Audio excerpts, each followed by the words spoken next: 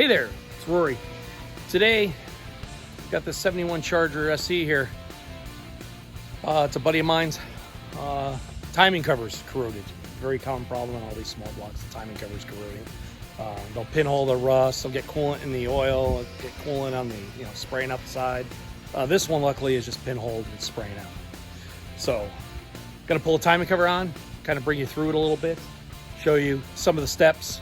I won't get too technical on you, and we'll get it done.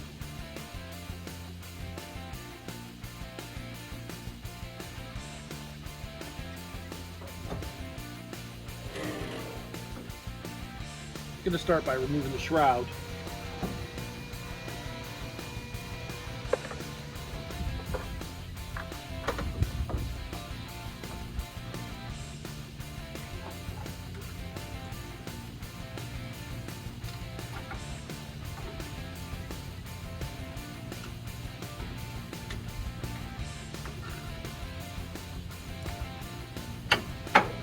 Next, I'm going to remove the transmission lines.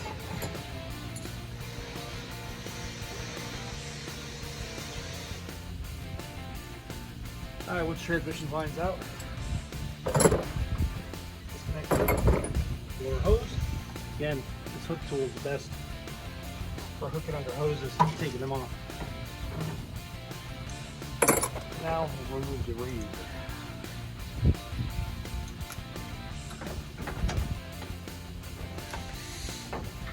Remember, on most of these Mopars, the lower bolts you don't need to remove because when the factory radiators are notched, the radiator actually sits on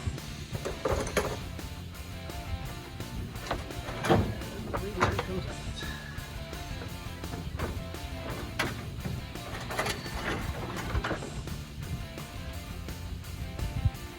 Next, we'll remove the fan assembly. Now we've got the fan out of here.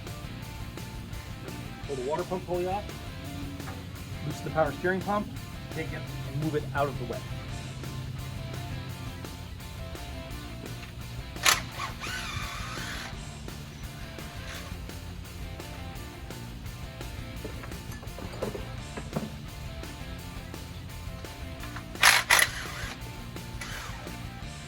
Okay, now the power steering pump's out of the way. Now I'm going to loosen the bracket for the AC compressor. I'm not discharging this air conditioning system. It is actually charged, and it is R12. What I'll be doing is taking this front bracket off here and here, where it bolts to, undo it, undo the bracket, and just move it up and tuck it out of the way so I can get the cover off.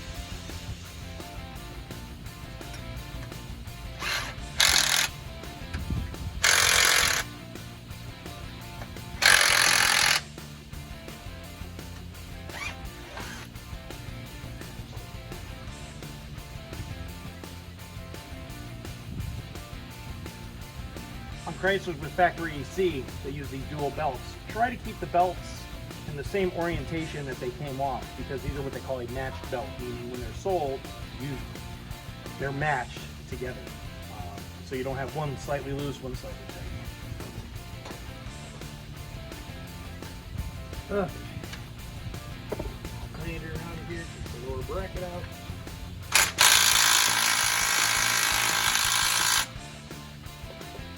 The other thing that can happen is these bolts can break in the block. Let's hope that doesn't happen.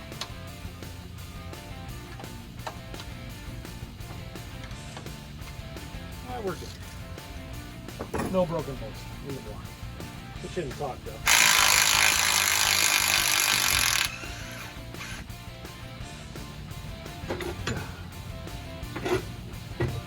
Move that out of the way.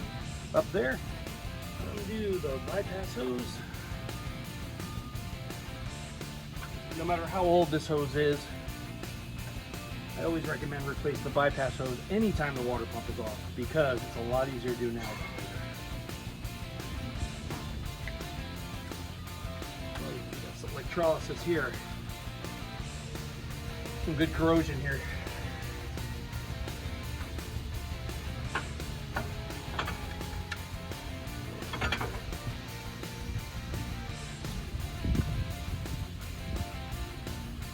Heater hose clamp was from the backside. I don't know how they got it tightened. almost like they tightened it before they put it on. Really weird. Believe it or not, this Charger is actually a daily driver. It's actually almost driven every day. The guy who owns it has owned it since 2000.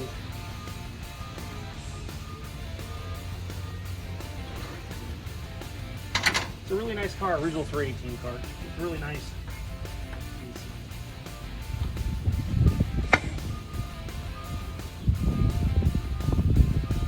Okay, got the heater hose off, got everything off here. Next, just gonna pull the fuel pump off.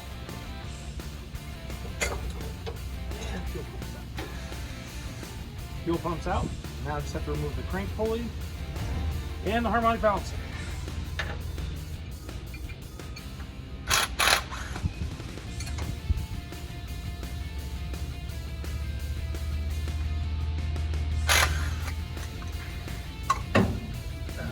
Crank pulley's off. Lots of corrosion.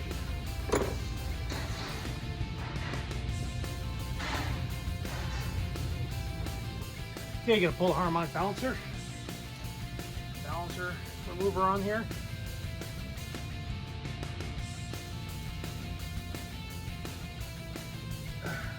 Wrench.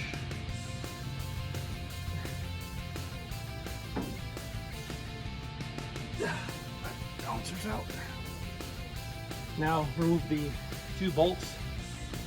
This side, the 2 oil pan bolts to remove the timing cover.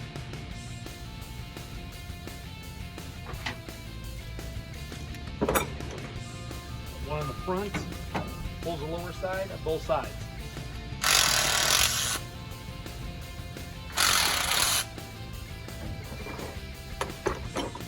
Okay.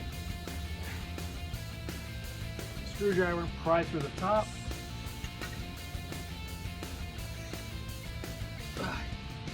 Timing cover is off. Oh, wow. Yeah, that's not good. So here's the timing cover. You can see coolant patches is all corroded. Wow. It must have been leaking inside. Not that I saw any coolant in there, but the oil will be drained anyways. Pretty bad. Next, I'm gonna clean the surface off around the timing cover. But before you do that, it's always a good idea to put some rags down there to keep any debris from falling into the oil pan.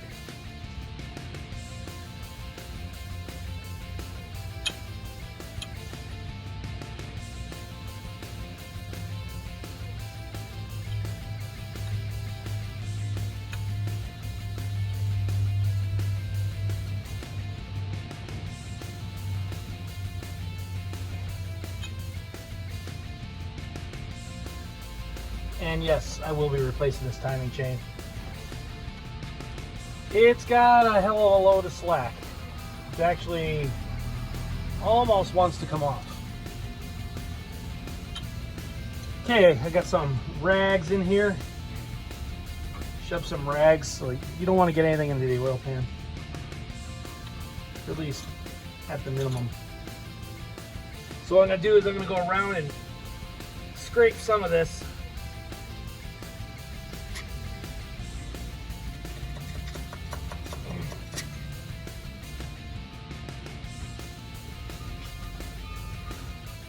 I'm going to go around it with my cleaning disc now.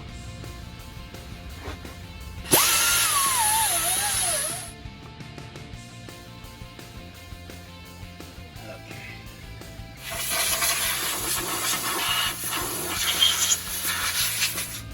With preparation to remove the timing chain, I'm going to rotate the crank. I usually use an adjustable wrench. Put it around the crank where the key is, and then it'll lock into where the key is and allow you to spin it without damaging it. You don't really want to grab this with a pair of pliers. Okay, I got the timing marks out. As you can see, there's chain slack on both sides. This thing is super loose, but it probably has 200,000 miles. Take the timing chain off. Take the fuel pump eccentric off. Wiggle the gears. Sometimes they wiggle off pretty easy.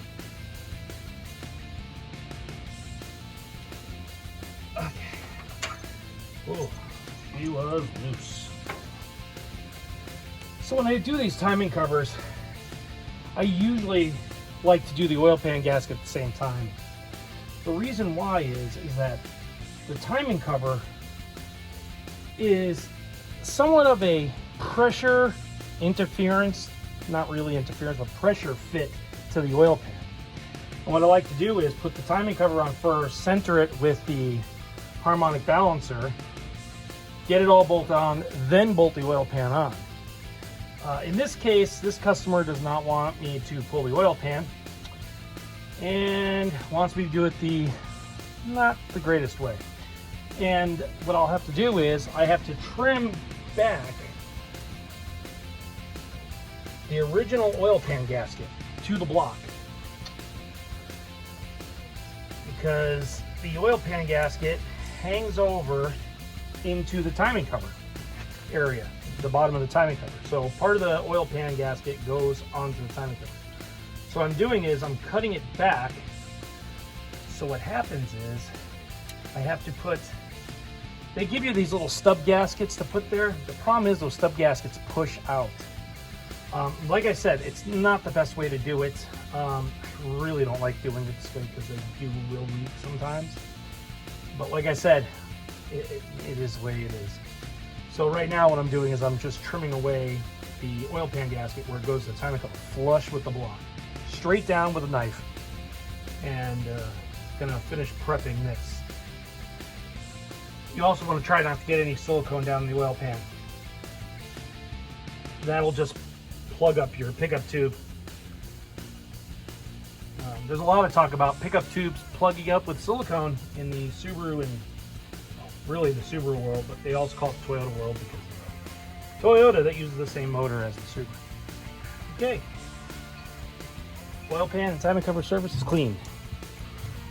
Here's another tip and trick I'm going to tell you. On small block Chryslers, and a lot of V8s, the timing chain is oiled by splash lubrication. So basically what happens is the only oil it gets is oil that drips on the chain. It works. The thing is oil has to get up above here to drip down on the chain.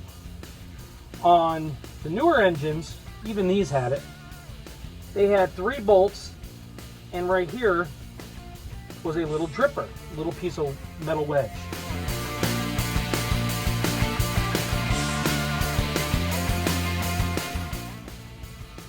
And the oil would drip down and then drip onto the chain. So what I'm going to do is I'm actually going to take this bolt out here, these 2 bolts, and I'm actually going to take this bolt out here and drill a tiny hole through the center, 1/16 of an inch, very small.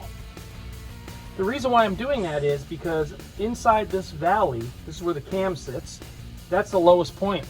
So the oil will drip down and drip through that hole much sooner than dripping out of here. See how the oil is dripping out of that hole? But not here. See, that's what I'm going to do. I'm going to drill a hole and bolt so it'll actually lube the chain.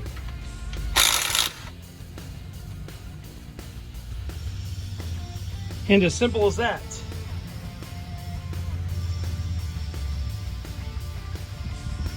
Got a hole for the bolt.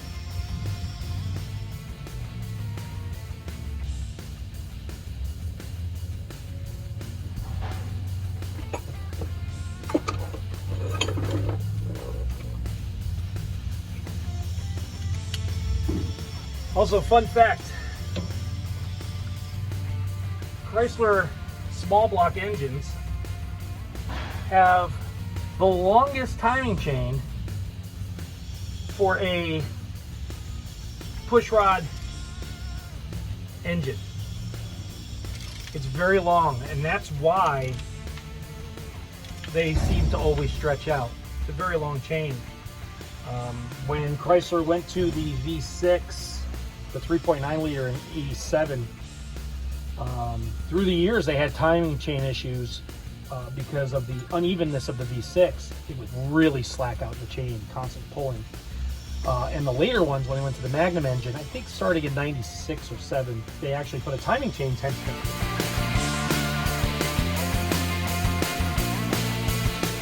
to keep it from slacking out, keep it controlled. It's also retrofittable to the V8s too, and I've put them on these older engines too, but it's not really necessary. This with a new chain will last again. They slack out pretty quick to begin with, but yeah, Chrysler small blocks have one of the longest timing chains out of any of the V8s. So I have the engine block all cleaned up. Timing cover is brand new, that's all painted. Water pump's all new, that's all painted. As of right now, gonna wipe it off again, and put the timing chain on. This timing chain setup here is a double roller chain. A true roller, probably not. It's a Cloys, just a standard replacement roller chain instead of the link belt. Link belt is basically a bunch of pieces of metal attached with rivets together to make a chain. Not as strong. These seem to last a little longer. Put it on. Basically want to line the dots up. Slowly press it on. Usually work the crank sprocket and the cam sprocket. Move them on slowly till they top out. Just like that. Take a look with my light. And dots are set up. Now I'm going to install the fuel pump eccentric. This is what rotates, and it's offset, and it pushes the lever of the fuel pump like this as it spins to pump the fuel. It's just a vacuum.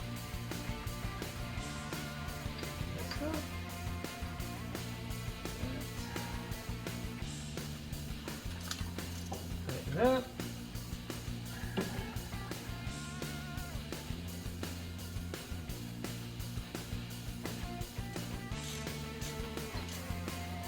I don't need a torque wrench. I've said in other videos, I've been doing this so long I have a feel for it.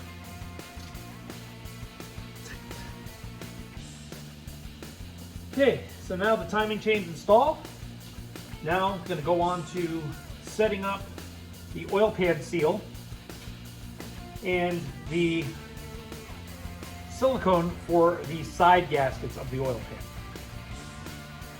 This is the oil pan gasket front saddle seal. It's got a small pin and a large pin. It only goes on one way. Pretty self-explanatory. I usually just put some silicone in the corners where this gets pulled through, just to keep anything from leaking out. Usually use these flat pliers to try to pull a pin in. You gotta kind of wiggle it around. Do it slowly. Don't want to break the pin. Now I'm going to put some silicone around the coolant passages in the block.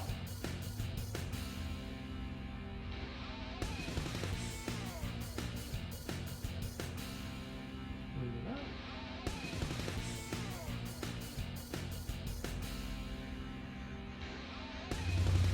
Now I'm going to put the timing cover on. Put my light up here. Dark in here. What I gotta do is I have to set this in like the bottom first and then push down on it. Like I said, it's not the way I like to do these, but it's the way it's getting done.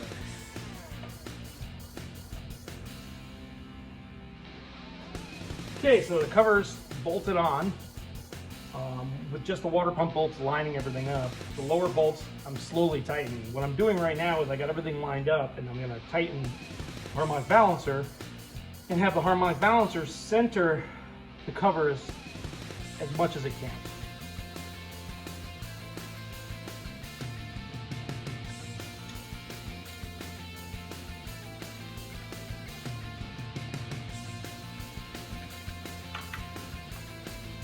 fuel pump is in.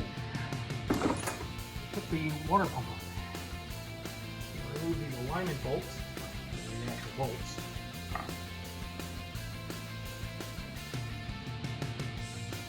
Okay, align these first bottom bolts up first.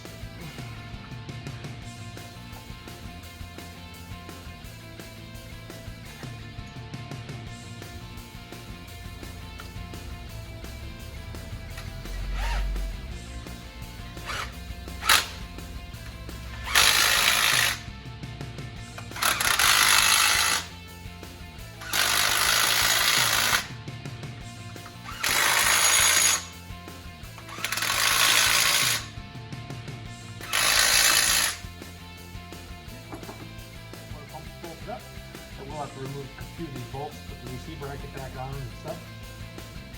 Okay, now I'm going to put the bypass hose on.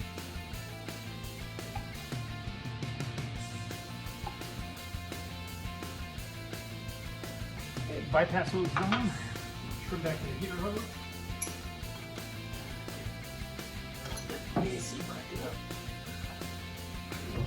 Down.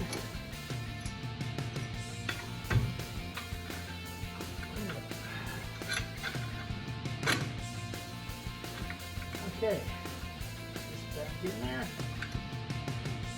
lined up, that lined up, lined up. Now we can tighten the AC compressor.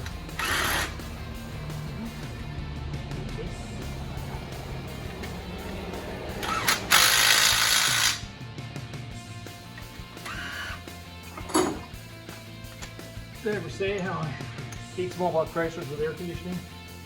Yeah, even the big blocks suck. Now we're putting the crank pulley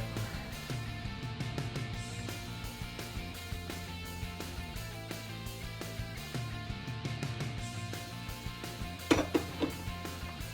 Okay.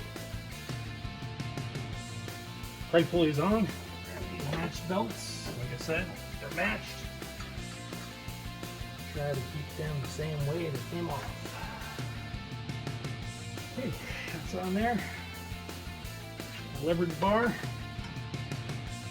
Leverage the alternator up. Just the belt.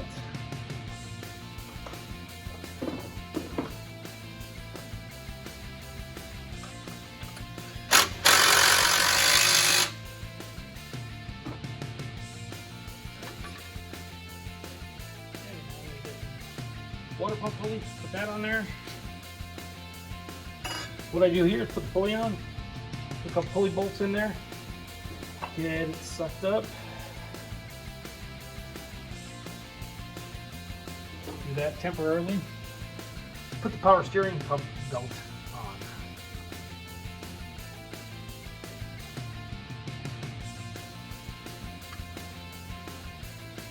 It's easier to put it on now than later.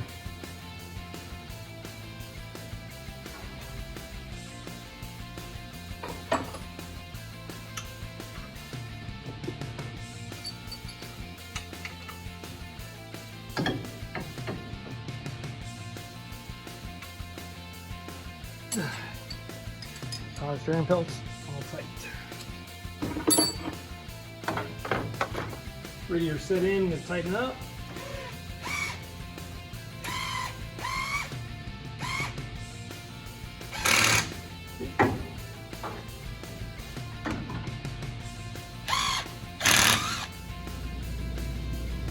Going to install the transmission lines.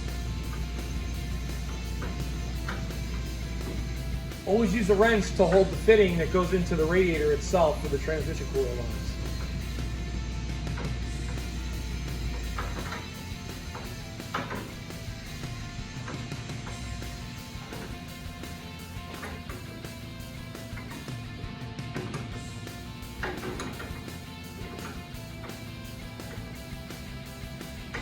Okay, that's it. Tighten up the lower hose. It's a lot easier to tighten it from down here.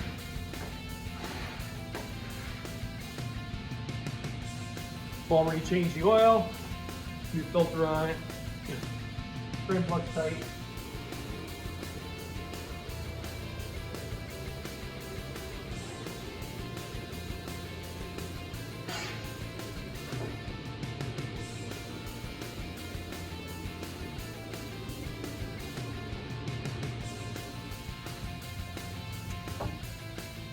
hose, tighten it up.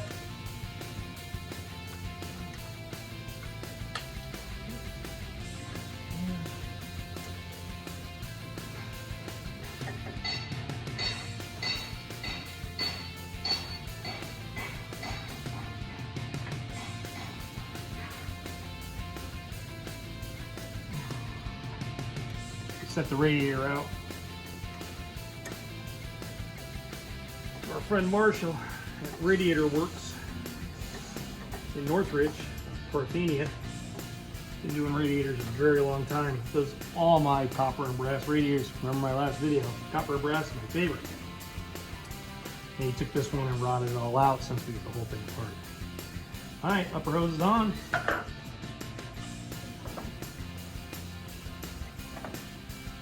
Good thing is a lot of these parts you knew from Chrysler still were available, man, from Chrysler still. This radiator shroud is one of them. Still has a Chrysler part number. Pretty interesting. Shroud's on.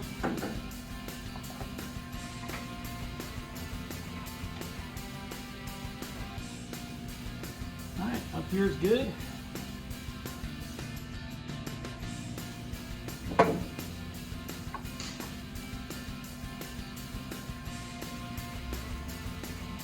Connected. Just finishing up, filling the engine with oil. Using my favorite here. Highly recommend it. Not a paid endorsement. Beer One Racing. I use this straight 40 weight in most of this old stuff. High-end zinc. It's really good stuff. It's actually pretty difficult to find here in California, but I've got a parts store that carries it by the case for me.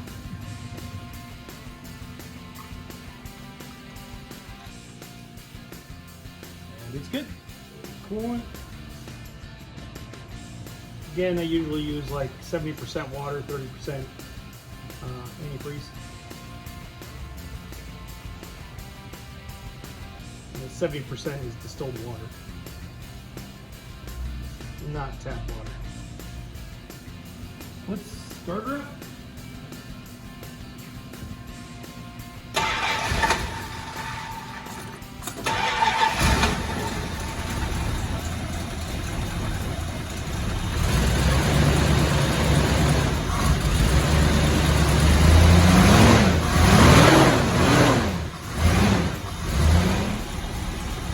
It's got a little bit of exhaust leak. Just, one of the pipes on this side is cracked.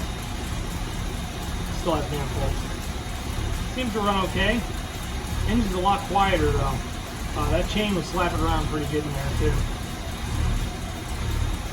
Just gonna run this thing and bleed the coolant and take her out for a ride.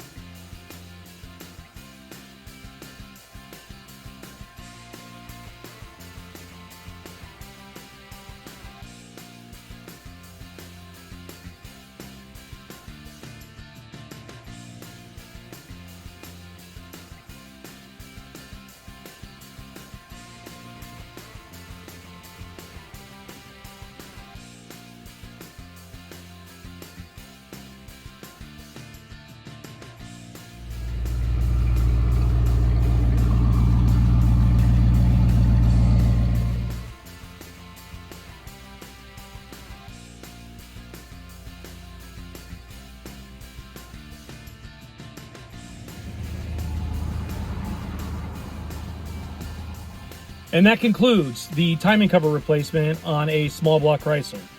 This one here was a 71 Charger, but most of them across the board are the same. Anyways, hope you enjoyed the video, hope you learned something, and I will see you soon with another video.